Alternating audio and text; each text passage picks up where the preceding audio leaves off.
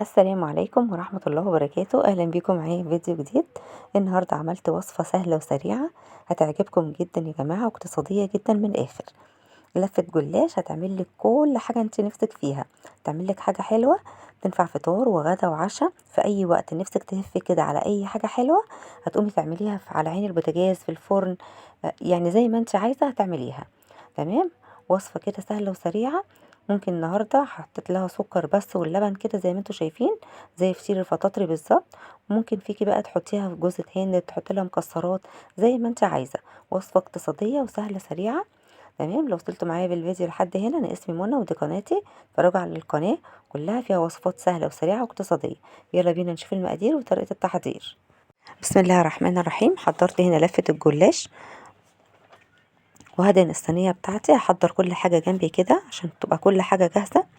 تمام. هدهن الصينية اهم حاجة مادة دهنية، حاجة خفيفة خالص كده ما بكترش. تمام. وحضرت هنا معايا برضو المادة الدهنية بتاعتي، عبارة عن سمنة على زيت، او زيت يعني على سمنة، اي حاجة انت عايزاها، او زبدة قصدي على سمنة. تمام. او زبدة بس او سمنة بس، دي حاجة اختياري زي ما انت حابة. المادة الدهنية دي تبع ذوقك انت. فتحت هنا لفة الجلاش وهاخد ورقتين ورقتين، كل ورقة هدهنها اول وش بس كده، وكل ما بطبق. تمام. التطبيقة دي اول ما بطبق كده بدهنها برضو مادة دهنية بسيطة خالص واقتصادية خالص على الاخر. كده خلاص. بصوا طبقتها كده، هطبقها على شكل مربع. خلاص كده هي الفطيرة بتاعتي جهزت وخلصت. سهلة جدا جدا جدا. هعمل واحدة تانية زي ما انتوا شايفين كده. لو عايزة في التطبيقة دي ترشي زبيب وجوز هند، مفيش مشكلة، بيديها طعم حلو جدا. ولو عايزة تحطي فيها برضو مهلبية مفيش مشكلة، بس بتبقى طبقة خفيفة شوية، وبنحط لها ورقة كده عازلة في النص للمهلبية. تمام. بصوا بقى الجمال،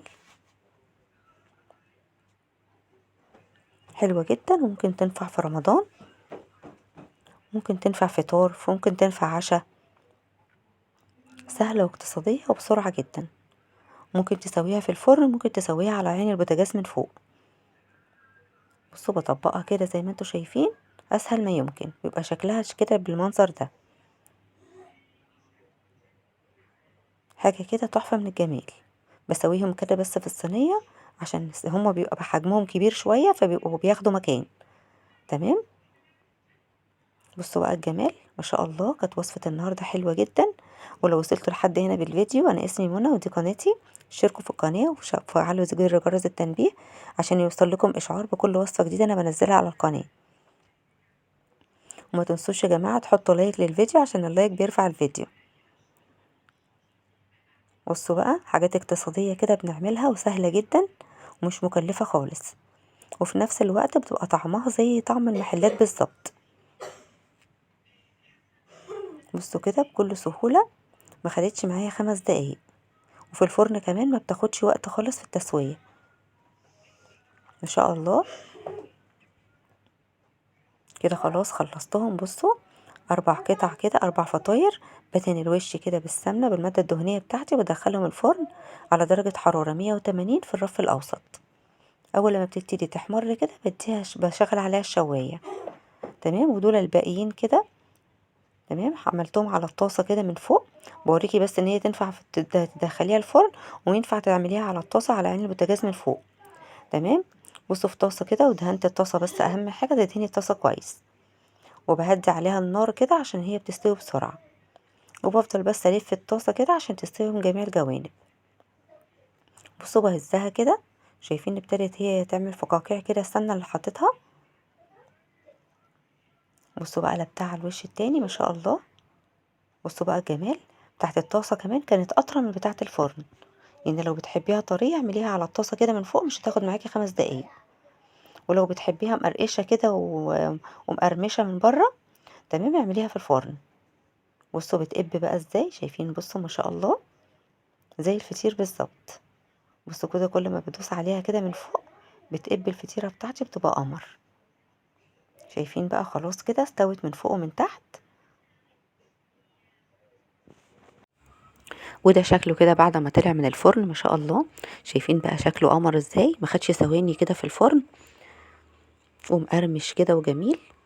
لو عايزاه تعمليه وتسيبيه كده يوم طول اليوم او حاجه، تعمليه بدري وتسيبيه تمام للولاد بالليل يتعشوا بيه او يفطروا بيه تاني يوم عادي، بيبقى في الفرن. لكن بتاع الطاسه يا جماعه هو اللي بيبقى طري شويه، بيحتاج ان هو يتاكل في نفس الوقت. تمام. بصوا بقى القمر، حاجه كده تحفه من الجمال، كان شكله تحفه من الجمال. هاخد واحده كده تمام، ممكن تسيبيهم كده في الصينيه، وكل واحده عايزه تعمليها على حده عادي مفيش مشكله. تمام. وممكن تعمليهم كلهم مره واحده على حسب اللي هياكل، ممكن تعملي كل واحده لوحدها. تمام. اخد واحده كده لو نفر بس واحد اللي هياكل او فرد واحد اللي هياكل. تمام. ممكن احط له واحده كده واحط عليها اللبن. تمام. بس هي اهم حاجه لو الفطيره طالعه سخنه اللبن بيبقى دافي، ما يبقاش سخن جامد. تمام. عشان ما يطرهاش قوي، عشان ده طبعا جلاش غير الفطير. بحط عليها سكر كده ولبن واقطعها لو انا عايزه. ممكن نضيف عليها اي اضافات تانية انا عايزاها، ممكن احط زبيب وجوز هند ومكسرات عادي خالص. تمام كده. بصوا دول الكميه دي على قد الافراد طبعا اللي هي هتاكل. بصوا كده حطيت عليها اللبن دفعه واحده، واللبن برضو ده اختياري زي ما انت عايزه. لو عايزه تاكليها بس بتبقى مقرقشه كده ومقرمشه. تمام. بتحط لها بس سكر ومكسرات. عايزاها تبقى طريه شويه زي بتاعت بره، زي ما بتوع في المحلات. تمام. بتحط لها اللبن كده وتحط لها عليها السكر البودر، بتبقى تحفه من الجمال.